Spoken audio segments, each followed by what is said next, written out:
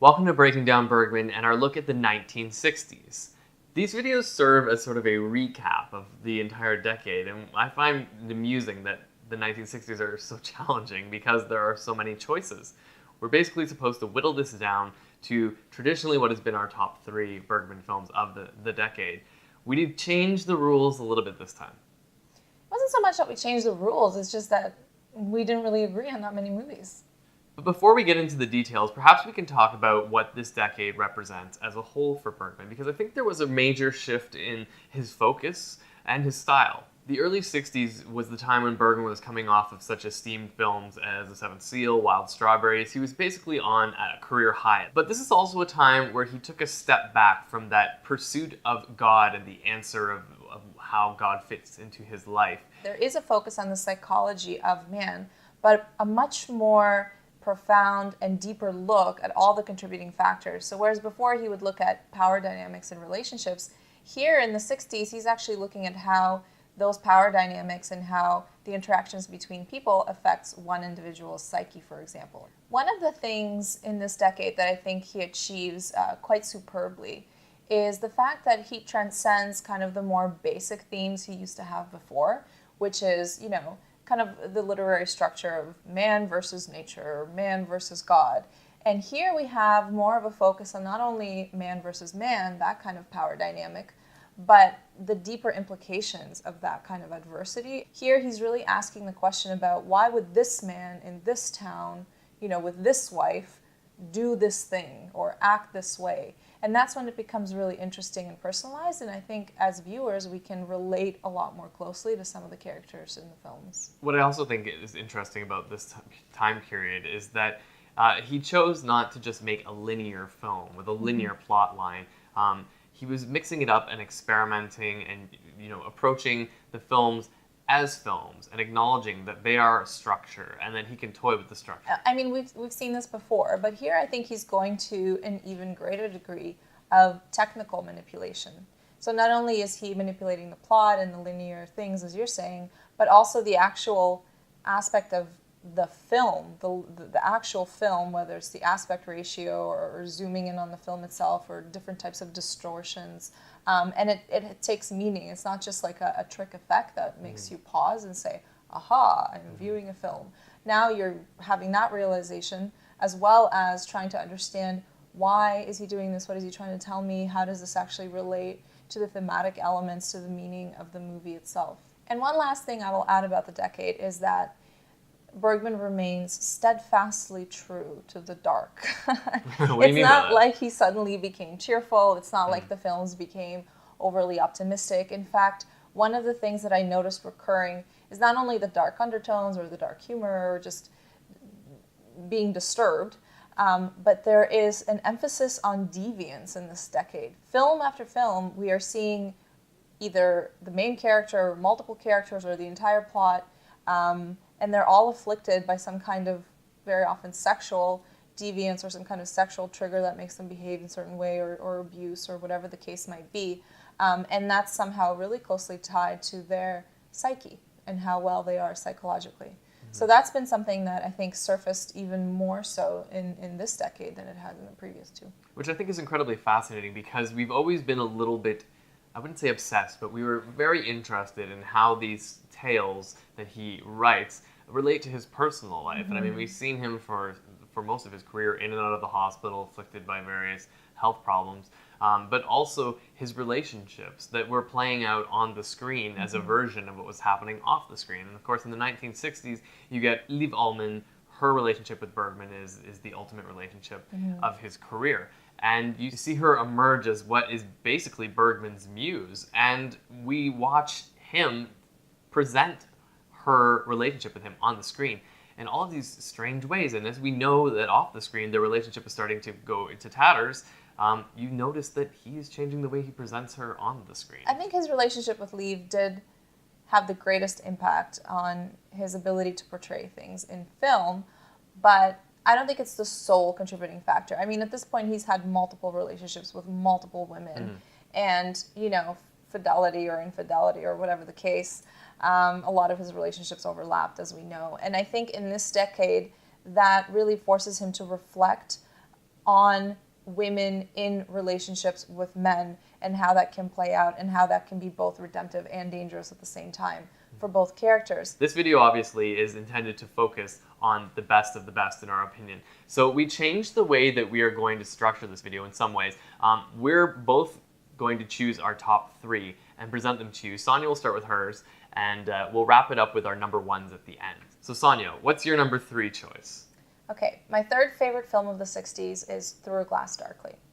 For me, this film really came together. It was the first one in the decade where I really went, wow, he's doing something really interesting and something really different than the films before.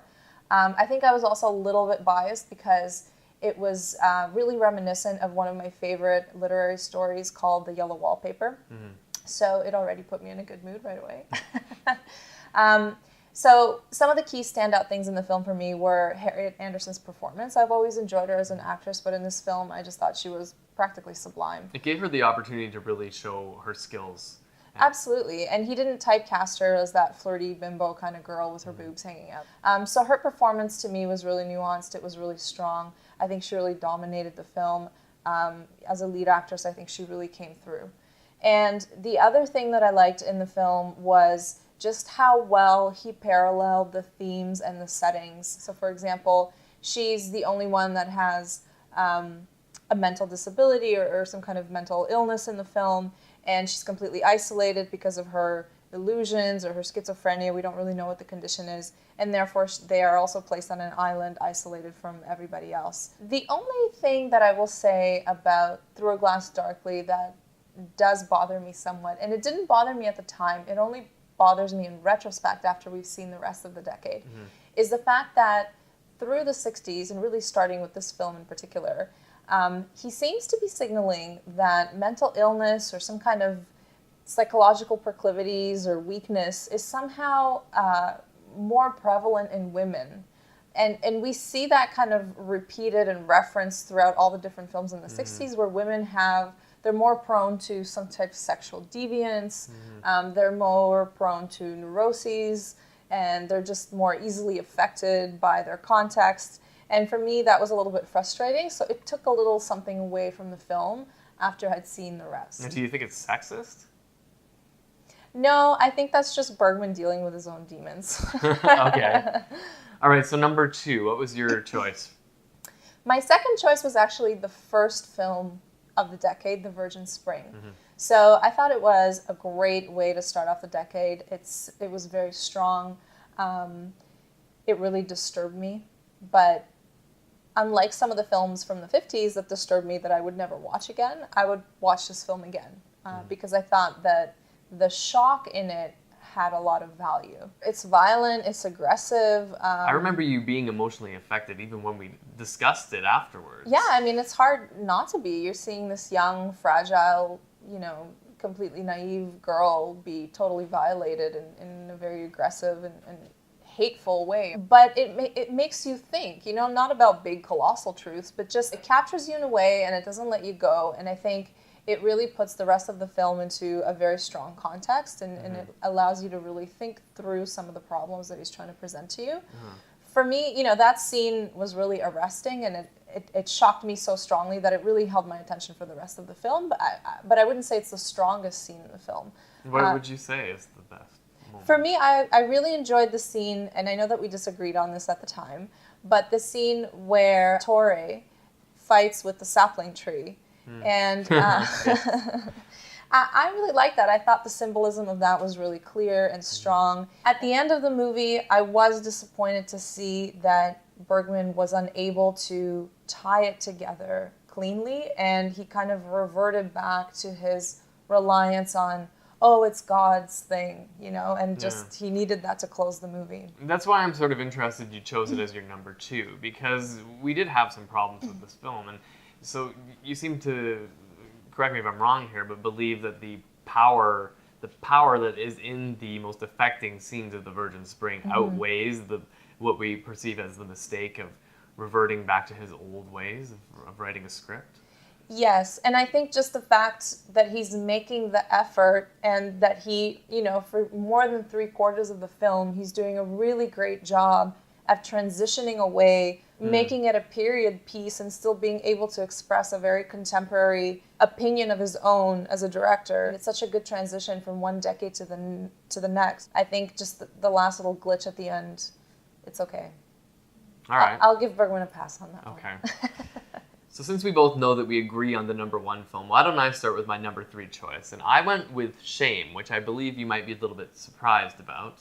Surprised? Why no? It's the most Hollywood-esque of all of the films in this decade. So See, I'm not surprised you chose it. I kind of liked it for that reason. And yeah, it is perhaps the most commercial and most mainstream. But I also thought it was probably the best of the Liv Ullmann films. Her relationship with Max von Sydow here plays out quite like the films that bookended, but Liv's performance and Max, they were both spot on throughout the film. Perhaps what I found most interesting about the film was the disintegration of the man who is the main character, Max von Sydow, and the way that Bergman portrays it, sort of with the backdrop of war. But I think I really have to lean the success of Shame on the two actors. Max von Sydow is consistent throughout, and he really elevates what probably could have been a far inferior film in the hands of another actor. But his relationship with Liv Ullmann, they'd sort of, I guess we could say, warmed up to it in Hour of the Wolf. They were comfortable with each other, and I think you really see that. It's a challenging film, it's a layered film, and I just felt like it was the first movie in quite a while that I really wanted to revisit because I felt that I would get a further reward from it. I think you might have a bit of a disagreement with my number 2 choice, though. I went with The Silence. Okay, so I'll say this. The first time I saw it, I did not enjoy it. And then I believe we watched it again because I also didn't understand it. And that did not enamor me to it anymore. Yeah. But after seeing some of the other films in the decade, and especially actually after reading some of the comments that our viewers have left for us, it did improve my opinion of the movie. So that's why I enjoyed it again, and I think I sort of come to a defense of these types of films in the 1960s is that you can't watch them once and understand them.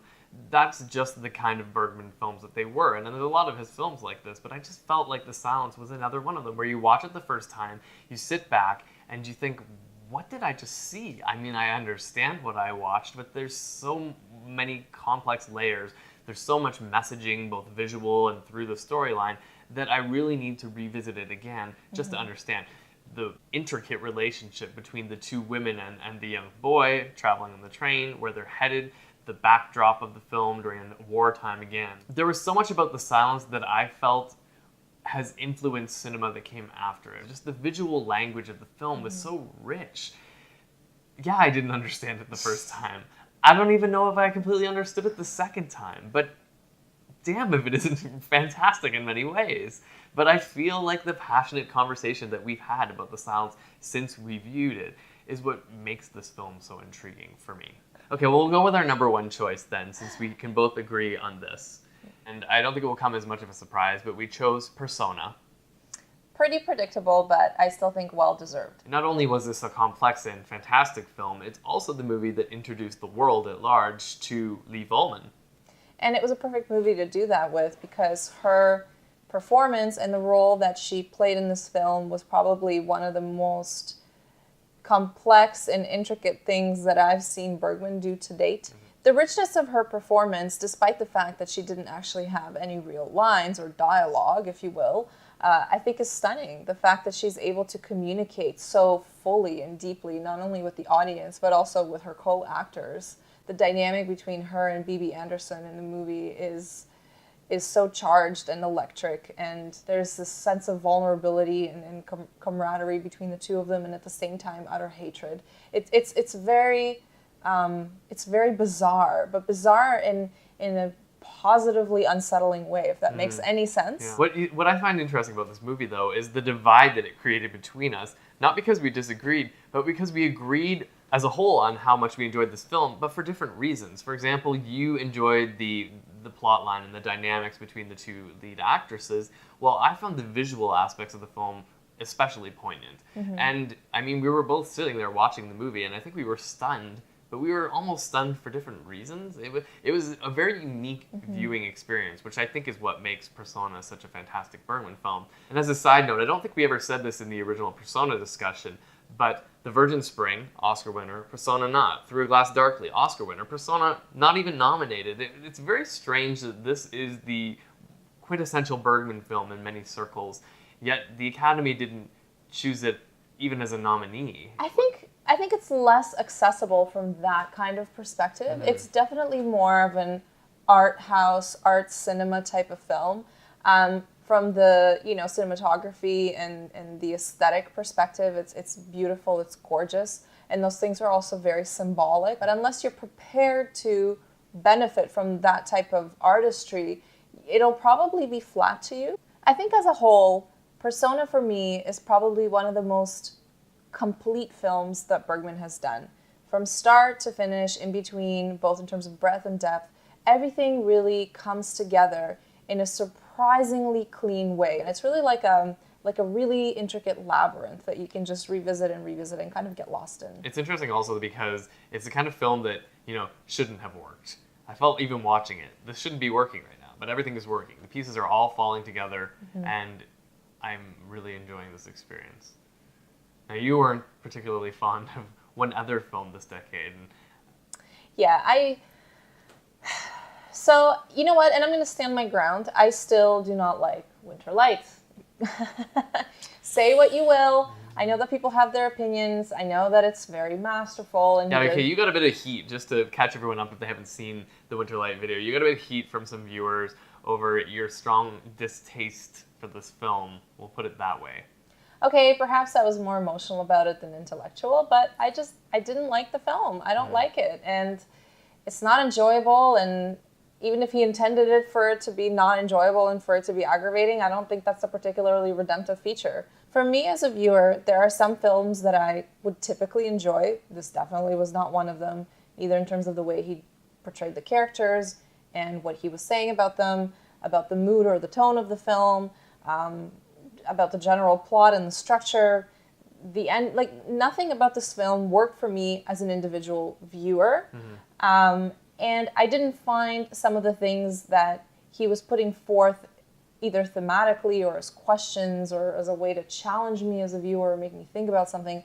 I didn't find them strong enough or endearing enough or interesting enough to really compensate for the displeasure that viewing the film caused. Yeah, it was definitely a challenge in a more unpleasant way. If I talk about the movies I wanted to revisit, Winter Light certainly wasn't one of them. I liked what he was doing, but I didn't like the tone. I found the characters less than intriguing and often unpleasant. So, I can't fully agree with you. I enjoyed Winter Light before, as I mentioned. I enjoyed it more than you did, but it definitely isn't a highlight of the decade. It's taken us quite a while to get to this point.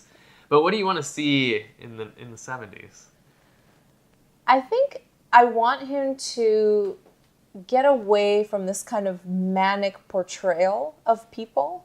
And I would like for him to really move towards a more realistic and human depiction of individual people and their individual lives and their individual motivations, which I thought I saw glimpses of that throughout the films in the 60s, and I think those are the films that I probably liked the most.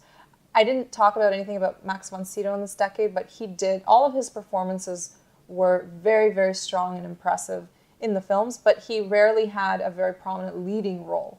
But I think as a supporting actor, he did a fantastic job, and his characters were very often the ones that I'm looking forward to seeing, I think, or similar type characters in the future, where they're just more relatable, Yeah. you know? I find it funny that you say that, though, because Max von Sydow is only in one more Bergman film. Well, that's a shame. Oh, sorry. I think one of the things I'm looking forward to especially is Bergman sort of perfecting that relationship between men and women and marriage. I know that scenes from marriage is coming up in just a few films, and I really want to see how that plays out and where he goes from there, because I understand it's a very pivotal film, and I know that he is going to work in the television medium a lot more than he has in the past. And when I'm mentioning that, I'm talking about long-form productions. Scenes from a Marriage isn't a feature-length film.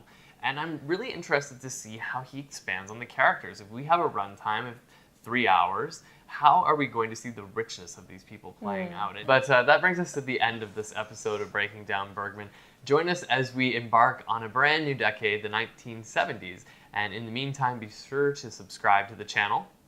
And visit us on Facebook, where we have more discussions about the films.